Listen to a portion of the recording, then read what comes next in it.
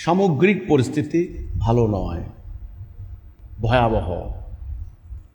এখানে ভেতরের ভেতরে রাজনীতির নামে ক্ষমতায় যাওয়ার জন্য, ক্ষমতায় থাকার জন্য যেইভাবে তারা কামড়াকামড়ি শুরু করে দিয়েছে, নিষ্ঠুরতা নির্মমতার উদাহরণ সৃষ্টি করেছে।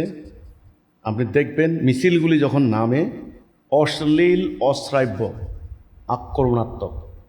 প্রতিপক্ষ দল কোনো কর্মী নেতাকে কাছে পাইলে কোপায়া মেরে ফেলছে। আপনারা কি এই সমস্ত আচার আচরণের মধ্যে আপনারা কিছু দেখতে পান না? প্রত্যেক ক্রিয়ারই সমান বিপরীত প্রতিক্রিয়া আছে। এটা সূত্র হলো বিজ্ঞানের সূত্র। আপনি যা করবেন তার ফল পাবেন। আপনি যে আজকে এক দলকে পিটাইয়া মাইরা কাইটা একেবারে দেশ ছাড়া উলঙ্গ করে দিচ্ছেন, কালকে তো কয়েক গুণ শক্তি নিয়ে আপনার উপরে সেটাই পড়বে। এটা কিন্তু এই পর্যন্ত হয়ে আসছে। মানুষ কিন্তু ইতিহাস থেকে শিক্ষা নেয় না। এবার বাহিরে ইসরায়েলের পরবর্তী সিদ্ধান্ত, তারা ইরানকে পর্যদস্ত করে দিয়েছে। তাদের পরবর্তী প্ল্যান এই দক্ষিণ এশিয়া, ভারত সুদ্ধা। দক্ষিণ এশিয়ার মধ্যে এই বাংলাদেশ তাদের মাথা ব্যথার কারণ। এখানে পৃথিবীর দ্বিতীয় বৃহত্তম মুসলমান নামক রাষ্ট্র, 15 কোটির উপরে মুসলমান। এখানে একটা ভয়াবহ পরিস্থিতির সৃষ্টি হতে যাচ্ছে, এটা হবে। এখন এটা যদি বাংলাদেশের উপরে শুরু হয়, আপনারা উদ্বাস্তু শিবিরে যাবেন কিভাবে? যাওয়ার কি হিম্মত আছে আপনাদের? আপনারা জানেন ফিলিস্তিনে উদ্বাস্তু শিবিরে যারা গেছে শুধু খাবারের জন্য লাইন ধরছে, প্রতিদিন 70 থেকে 80 জন লোককে হত্যা করেছে।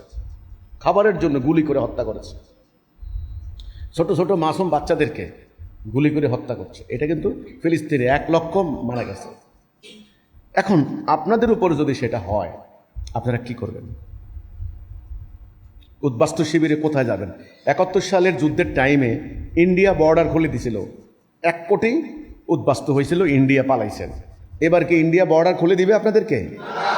কি মনে হয়, হিসাবে কি মনে হয়? না, নো নো, সম্ভাবনা নাই। তাহলে আপনি যদি কোনোদিন সময় হয়, আপনি আমাদের নোয়াখালীর ওই দিকে ওই ভাষাঞ্চলে যায় দেখেন উদ্বাস্তু জীবন কাকে বলে। ইজ্জত, সম্মান, প্রেস্টিজ, মান কিছু নাই। ঠিক আছে? এই পরিস্থিতি কি আপনারা চান? সামনে এটা আসতেছে। আমি যা বলছি, আমি কিন্তু পীর ফকির না, নবী রাসূল তো নাই, প্রশ্নই আসে না, নাউজুবিল্লাহ। আমি পুরো সার্কামস্ট্যান্স হিসাব করে যেটা দেখতে পাচ্ছি সেটা বলতে চাচ্ছি। আগামী দিন আপনাদের উপরে একটা সম্মিলিত লানত আসতেছে। এই লানতটা হচ্ছে আল্লাহর শাস্তি, আধ্যাত্মিক কারণ, আর জাগতিক কারণ হচ্ছে আর অন্যান্য অনেকগুলো কারণ আছে। এখন এমতো অবস্থায় কি করবেন আপনারা? সিদ্ধান্ত কি নেবেন, কি করবেন? সেটার জন্য আলহামদুলিল্লাহ আল্লাহর পক্ষ থেকে একটা ফয়সালা, একটা রাস্তা চলে এসেছে, হেদায়াত। সেটা হচ্ছে এই হিজবুত তাওহীদ। আপনার এখন এই কথাটা বিশ্বাস হবে না, আমি জানি বিশ্বাস হবে না, কারণ আমাদের মতো সাধারণ মানুষ যখন আপনার সামনে দাঁড়াই, তখন আপনি আমাদেরকে দেখলে আপনার বিশ্বাস আসবে না যে কি বলে, এত বড় বড় মানুষ, আলেম, পিসাব, এরা করেন আর এই পোলাপাই না, এগুলা না। আল্লাহ যখন কোনো সিদ্ধান্ত নেন, আল্লাহ কারোর সাথে পরামর্শ করেন না, নো। আল্লাহ যখন কোনো সিদ্ধান্ত কাউরে পছন্দ করেন, চুজ করেন, আল্লাহ বুঝে শুনেই করেন। আজ থেকে 1500 বছর আগে নবী করিম সাল্লাল্লাহু আলাইহি সাল্লামকে যখন আল্লাহ পছন্দ করলেন যে এনার কাছে আমার দিন দেব, ওনাদের দিয়ে আমি দিন প্রতিষ্ঠা করাবো, আচ্ছা বলেন তো তখন রসুল ছাড়া রসুলের পক্ষে আর কেউ ছিল? নো। দেন খেয়াল করেন, সেই মানুষটা লেখাপড়া জানে না, আর ওই সমাজের সবচেয়ে শিক্ষিত লোক আবু জাহেলরা ছিল না? আবুল হাকাম। আবু জাহেল তো মুসলমানরা নাম দিছে, ওর নাম ছিল আবুল হাকাম।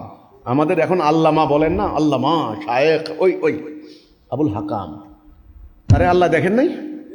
পাশে ছিল ইহুদি আলেমরা, রব্বাই সাদ্দুসাই, ইহুদি আলেমদেরকে আল্লাহ দেখেন নাই? দেখেছেন।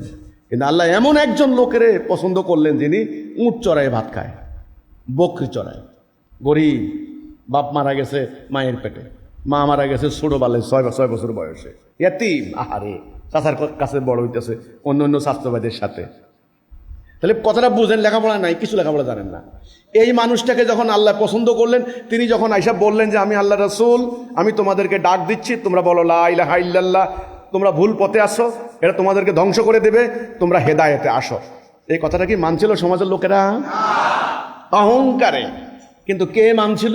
একদল নিপীড়িত কৃতদাস শ্রমিক বেলালের মতো লোকেরা, আর দু একজন ওই আবু বকর, ওনাদের মতো রাসূলের বাল্যকালের ফ্রেন্ড, বন্ধু, ওনারা ছোটবেলা থেকে চিনে যে এই লোকটা মিথ্যা কথা বলতে পারে না।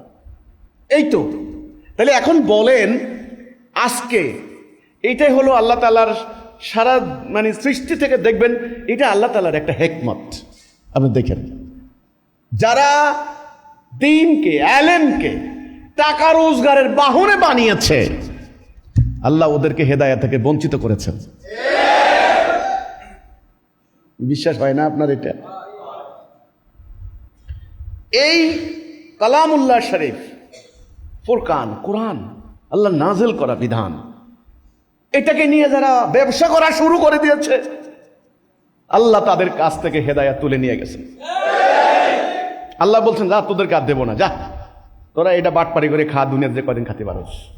আমি এমন একদল লোকের উত্থান ঘটাবো, এমন একদল লোককে আমি হেদায়েত দেব, যারা আমাকে ভালোবাসবে, আমি তাদেরকে ভালোবাসবো, যারা দুনিয়ার কোনো কিছুকে পরোয়া করবে না, যারা দ্বীনকে বাণিজ্যের হাতিয়ারে পরিণত করবে না।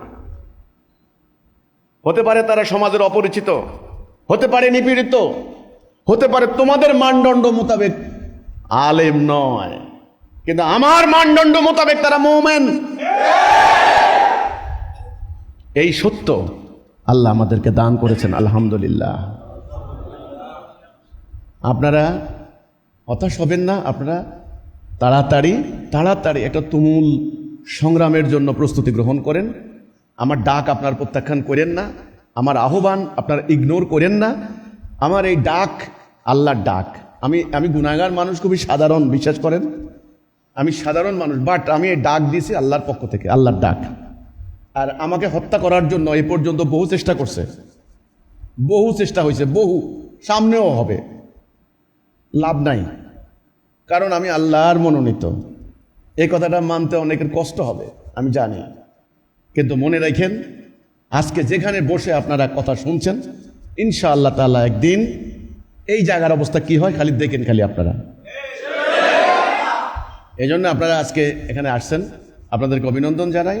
আমাদের অনেক শত শত ভাই বোন এখানে আছেন, অনেক কষ্ট করেন, তারা পরিশ্রম করেন, শ্রম দিচ্ছেন, তারা অর্থ দিচ্ছেন, তারা আপনার রক্ত দিচ্ছেন এই জায়গাকে সমৃদ্ধ করার জন্য।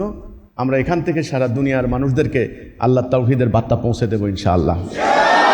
বাস, আমাদের জীবনের আর কোনো উদ্দেশ্য নাই, কোনো লক্ষ্য নাই। হাসরের দিন খালি আল্লাহর সামনে মুমিন হিসাবে যেন দাঁড়াইতে পারি, এই দোয়া করবেন। তো আপনারা কি তাওহীদের উপরে ঈমান আনবেন? 1 2 আপনারা কি আল্লাহর দ্বীন প্রতিষ্ঠা করার জন্য ঐক্যবদ্ধ হইবেন? মাশাআল্লাহ। এরপরে আপনারা কি একজন নেতার নেতৃত্বে, হিজবুত তাওহীদের নেতৃত্বে আপনারা কি জিহাদ করবেন? ভয় করেন না, জিহাদের কথা শুনতে কি ভয় লাগে? ভয় করেন না, ভয় করেন না। আল্লাহ বলছেন, আমি আসি, ওয়াল্লাহু মাআকুম, আমি আসি। চিন্তা করো কেন? তুমি আমার জন্য নামছো, আমি কি দেখি না? তুমি কিসের জন্য নামছো? আল্লাহ দেখেন না নাকি? আল্লাহর প্রতি এই বিশ্বাসটা নাই? তো এই বিশ্বাস না থাকলে আপনি আল্লাহর জান্নাতের আশা করেন কেমনে? জান্নাত কি আছে না নাই? আপনি তো বিশ্বাস এখানেও করতে হবে, ওখানেও করতে হবে। এই হলো কথাটা। তো তাহলে আমি আপনাদেরকে এটাই বলি, আপনারা হতাশ হবেন না, নিরাশ হবেন না, ঠিক আছে? আরেকটা কথা, আজকের এই দিনটা, এই জুমার এই দিনটা মূলত ডেডিকেটেড করা হয়েছে আল্লাহর দ্বীনের কথা বলার জন্য, শুক্রবারের অনেক কার্যক্রম আঞ্জাম দেওয়ার জন্য।